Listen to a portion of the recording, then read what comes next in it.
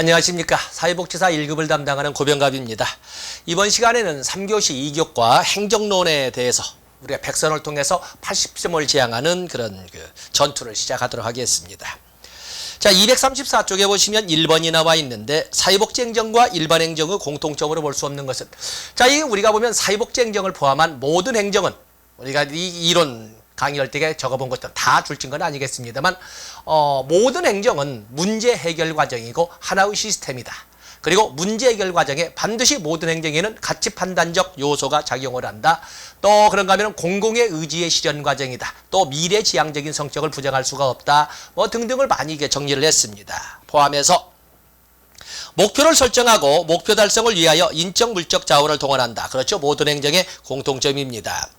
또 관리자에 의해 수행되는 기획 및 의사결정 평가 과정을 거친다. 그렇죠. 기획, 의사결정, 평가 다 있습니다. 대안을 모색하고 실행하는 평가하는, 실행하고 평가하는 문제 해결 과정이다.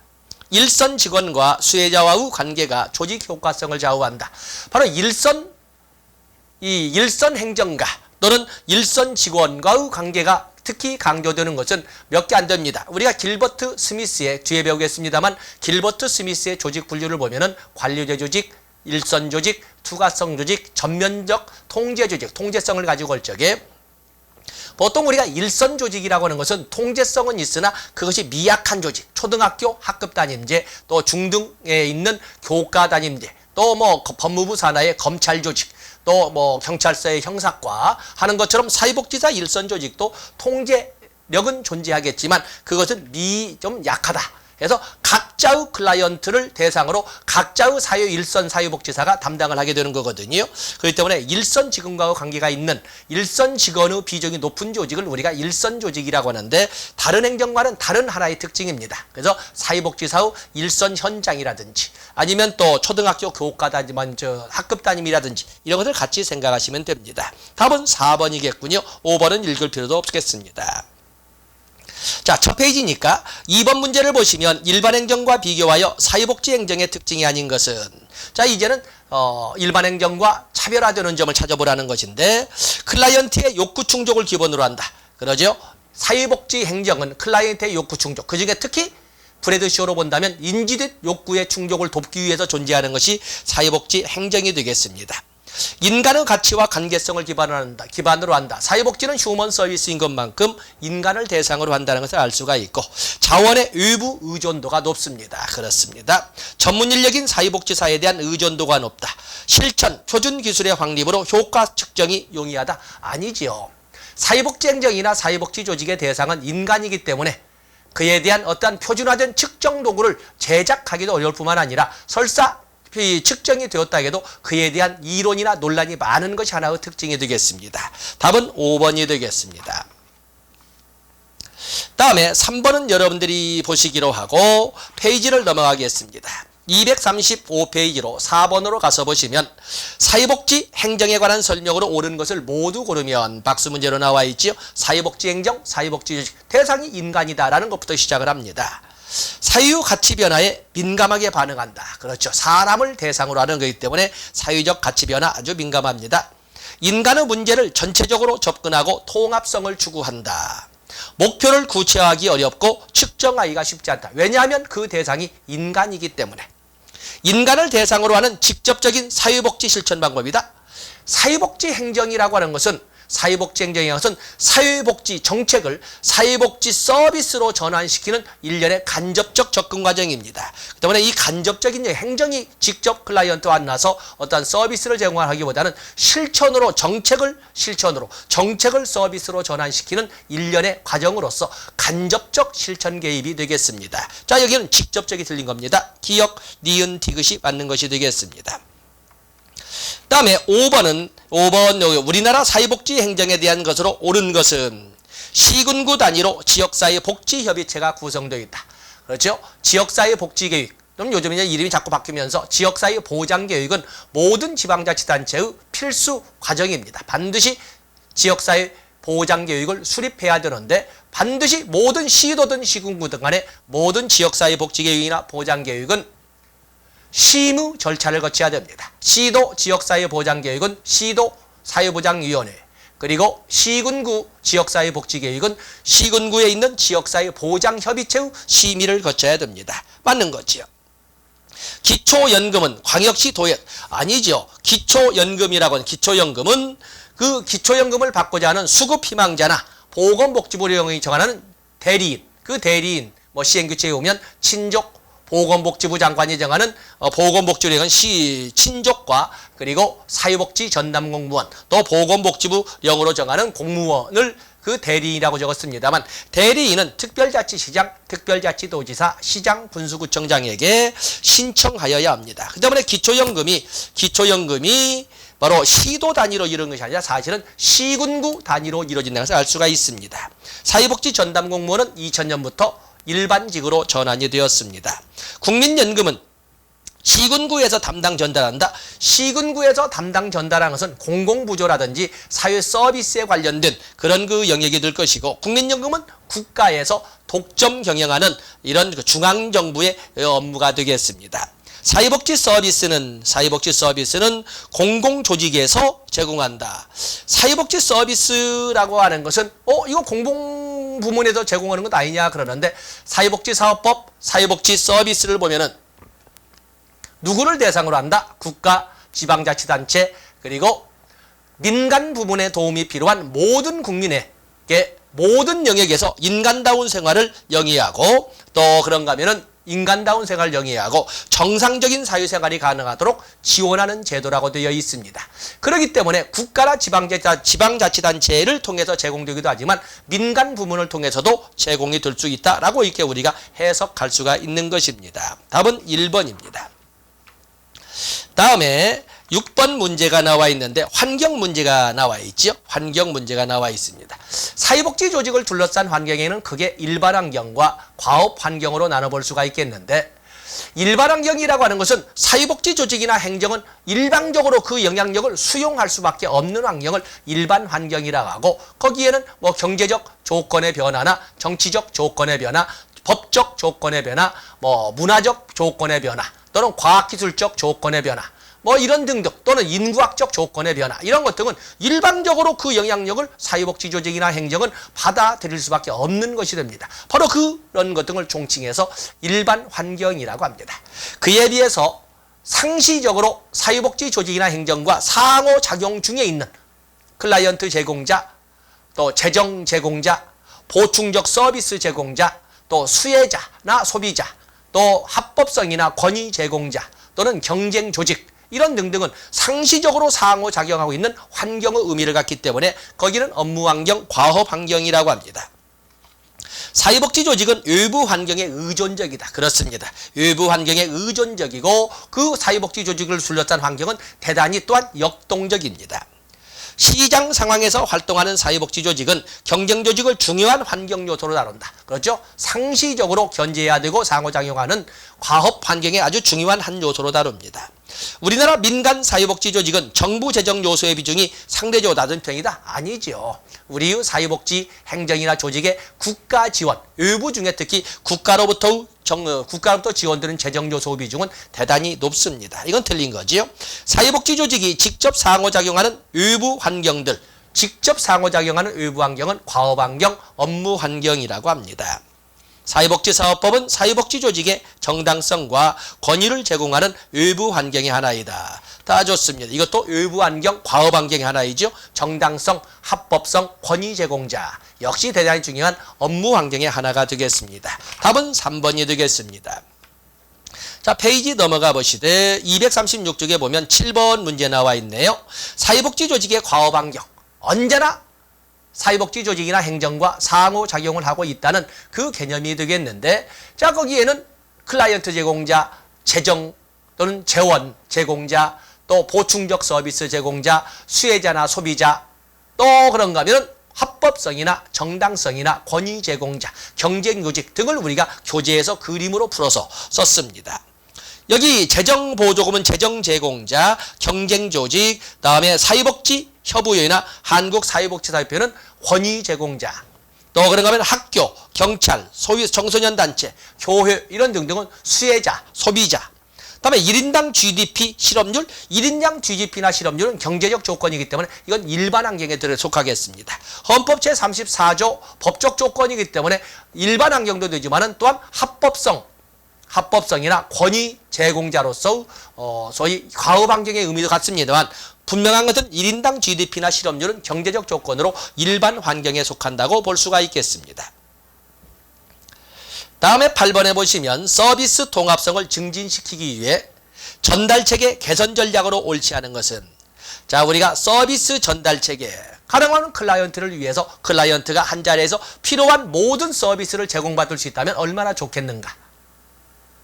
그에 대한 대안으로 우리가 5개 내지 7개를 적어봤는데 정리해보시면 뭐가 나와 있습니까? 단일 접수창구, 단일 인테이크의 단일 접수창구, 또 종합 서비스 센터, 또 그러면 종합적인 정보와 의뢰 시스템, 사례 관리, 또 추적 서비스라고는 트래킹, 그 외에도 사례 옹호나 팀 운영, 이런 것을 통합 서비스의 제공 전략으로 이렇게 제시를 했던 겁니다. 1번 종합적 서비스를 제공하는 별도의 기관을 설치한다. 그렇지요. 종합서비스센터.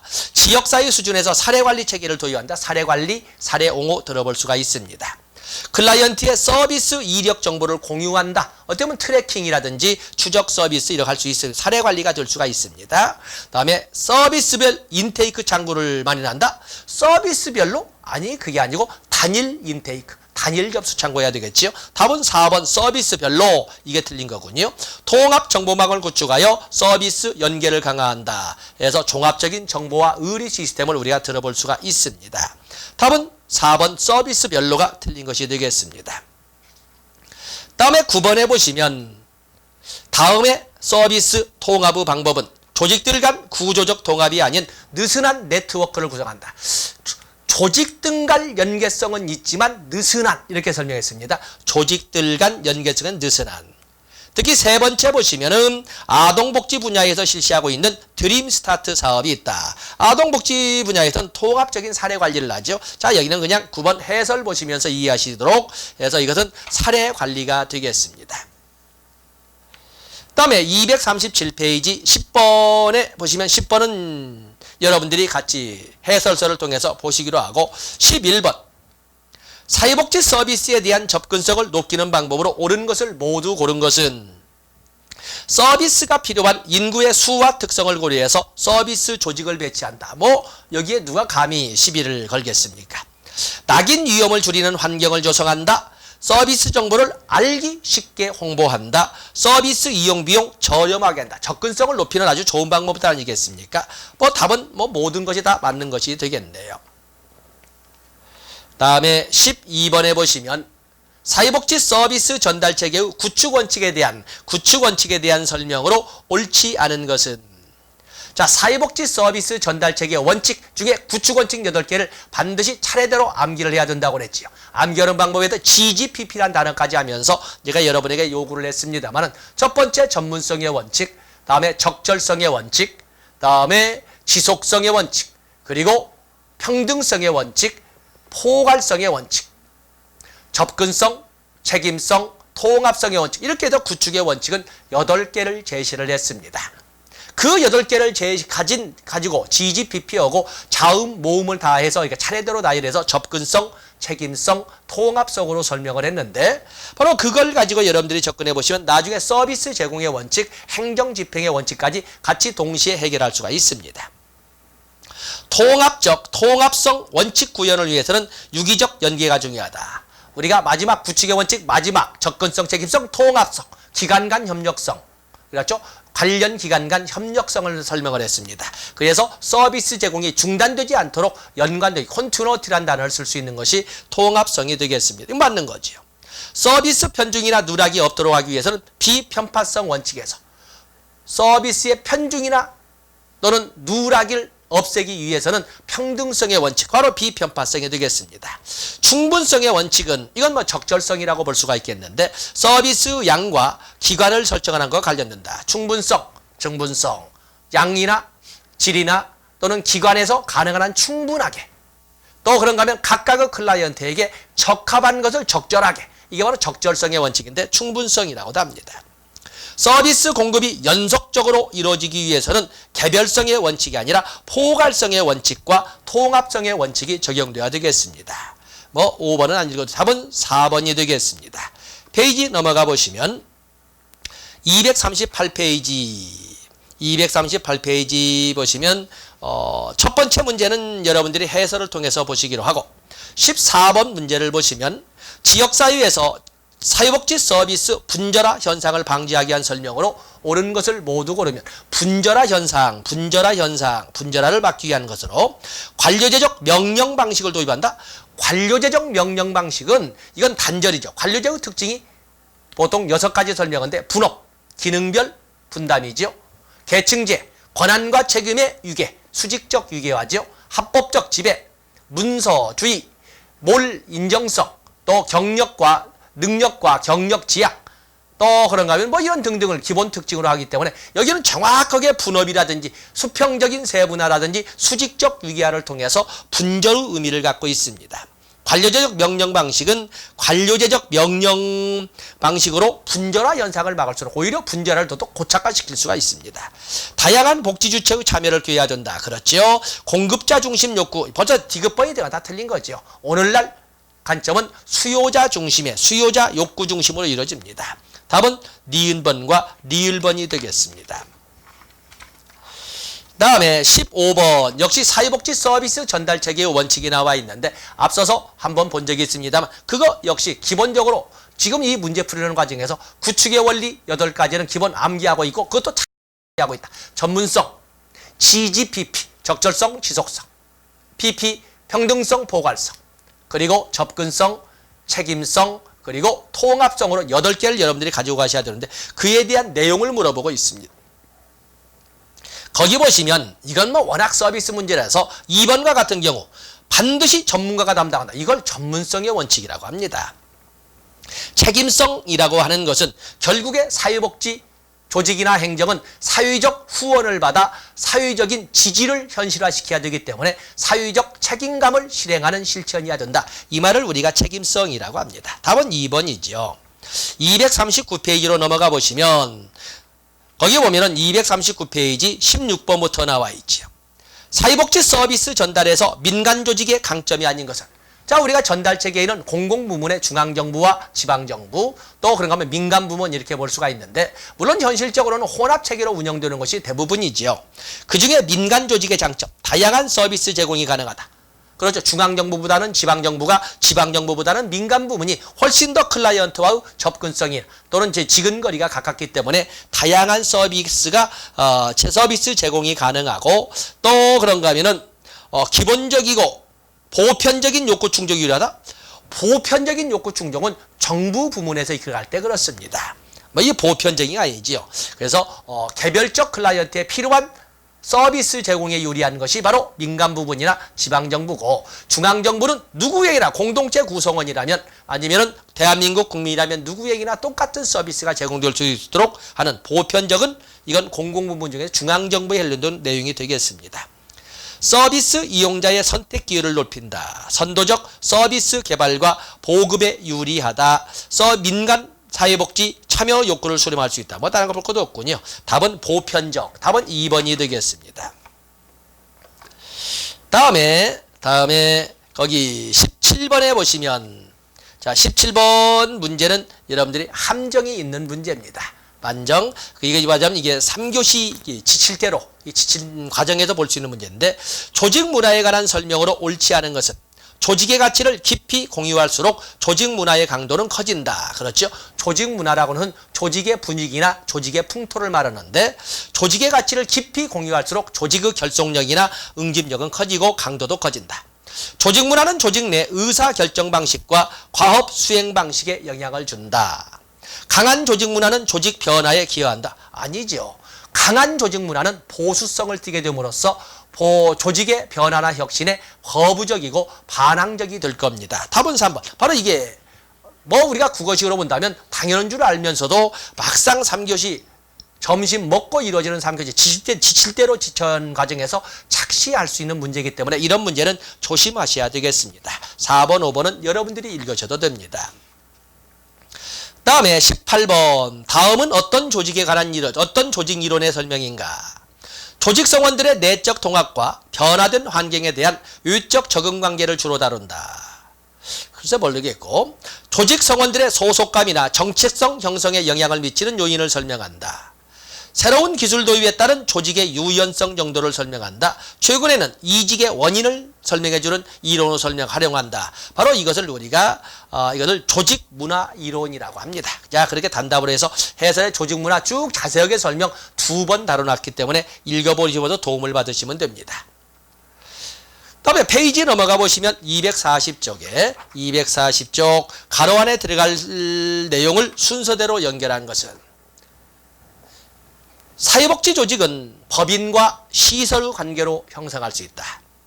시설 책임자는 법인 이사회에서 선출을 하되, 그래도 법인과 시설은 분리 운영하고 권한과 책임을 분리된 권한과 책임을 가지는 것이 바람직합니다. 자, 아시는 내용이 그냥 막상 가로로 해놓으니까 혼재가 되어 있습니다만, 분명한 것은 기업이 법인이든 니은이 법인이든, 자, 그것은 상관이 없는데, 문제는 누구의 책임지를 누가 임명한다. 니은의 책임자를 기업이 임명한다기 때문에 분명하든 니은이 시설이고 기업이 법인입니다. 다음에 디귿. 임명권을 행사하는 것은 사무국이나 운영위원회에서 임명권을 행사하지 않습니다. 임명권은 이사위에서 하는 거지요. 그래서 답이 1번이 되겠습니다. 법인, 시설, 이사회. 1번, 2번 중에 이미 2번 자체가 틀렸기 때문에 답은 1번이 되겠습니다. 다음에 20번에 보시면 복지이론에서 환경에 대하여 개방체계적 관점들을 묶은 것은, 복지론에서 환경에 대한 개방체계적 관점을 묶은 거, 관료제론, 상황적 감론, 인간관계론. 이렇게 풀지 말고 이렇게 단정해 버리십시다. 우리가 보면 구조, 행정, 조직 모형에서 신고전 모형과 고전 모형과 신고전 모형이 있는데, 고전 모형인 관료제 이론, 과학적 관리론, 공공관리론이나 신고전 모형이라고 할 수 있는 인간관계 이론이나 동기 이론들은 모두 환경에 대해서는 언급함이 없습니다. 다시 말해서 폐쇄체계 이론이죠. 그에 비해서 구조주의 모형에서는 신고전 모형과 신고전 모형과는 달리 환경 요인의 영향력을 아주 중요시합니다. 바로 이것을 개방체계 이론이라고 그러죠. 그래서 오늘날 현대사회에서 제시되는 모든 조직 이론이나 행정 모형 이론은 다 개방체계 이론인데, 상황구조 이론, 그렇죠? 상황구조 이론, 또는 제도 이론, 자원 의존 이론, 또 자원 의존 이론 중에 특히 정치 경제적 자원에 초점을 두고 있는 정치 경제 이론, 또 그런가 하면은 조직군, 무리군자 써서 조직군 생태학 이론, 이런 것들은 모두 환경과의 관련성 속에서 조직이나 행정을 보기 때문에 개방체계 이론이라고 합니다. 여기는 벌써 관료제론이나 인간관계론은 폐쇄체계 이론이고, 2번 과학적 관리론 폐쇄체계 이론, 3번 인간관계론 폐쇄체계 이론, 4번 인간관계론 폐쇄체계 이론. 답은 5번이 되겠군요. 많은 분들이 인간관계론을 개방체계로 보는데 아닙니다. 과학적 관리론이나 관료제론이나 인간관계론 모두 환경과는 관련이 없이 어떻게 하면 조직 내에서 생산성을 극대화할 수 있겠느냐를 가지고 고민하고 있는 것입니다. 다음에 21번에 과학적 관리론이나, 다음에 페이지 넘어가 보시죠. 241페이지 22번의 인간관계론은 물론 문제로 이렇게 다뤄지고 있지만 굳이 제가 다루지 않아도 여러분들이 틀리지 않을 영역입니다. 그래서 여러분들은 21번, 22번은 여러분들이 해설서를 가지고 접근해도 되기 때문에 저는 넘어가도록 하겠습니다. 23번에 보시면 조직 이론에 관한 설명으로 옳은 것은, 21번, 22번 과학적 관리론이나 인간관계론이나 또는 관료제론이 안 나온다는 거 아닙니다. 다 A급 특급 기출 문제고 예상 문제가 되겠습니다만 다 여러분들 시간을 보내지 말자는 것입니다. 23번에 보시면 조직 이론에 관한 설명으로 옳은 것은, 조직 이론, 제도 이론. 결국에 조직의 생존이나 조직의 건강성은 조직을 둘러싼 법이나 정책이나 제도에 의해서 달라지게 된다 하는 것을 말하고 있습니다. 제도 이론에 의하면 조직은 법률, 규칙, 사회적 여론 등의 영향을 받는다고 합니다. 조직군 생태 이론은 개별 조직을 대상으로 하는 기존의 이론과는 달리 그 사업의 집단, 그 조직의 부류를 가지고 있기 때문에 거시적 접근권이라고 합니다. 2번은 틀린 거지요. 다음에 정치 경제 이론은 정치경제 이론은 자원의존 이론의 특수한 케이스로서 이 정치경제 당연히 개방체계 이론이 되겠습니다. 상황 이론에 의하면 조직의 업무 환경과 기술 환경은 조직에 영향을 미치는 이건 4번은 여러분들을 능멸하는 이런 규정이 되겠습니다. 자원 의존 이론에 의하면 조직은 내부적이 아니라 외부적으로 자원을 창출합니다. 여기서 맞는 것은 1번이 되겠습니다.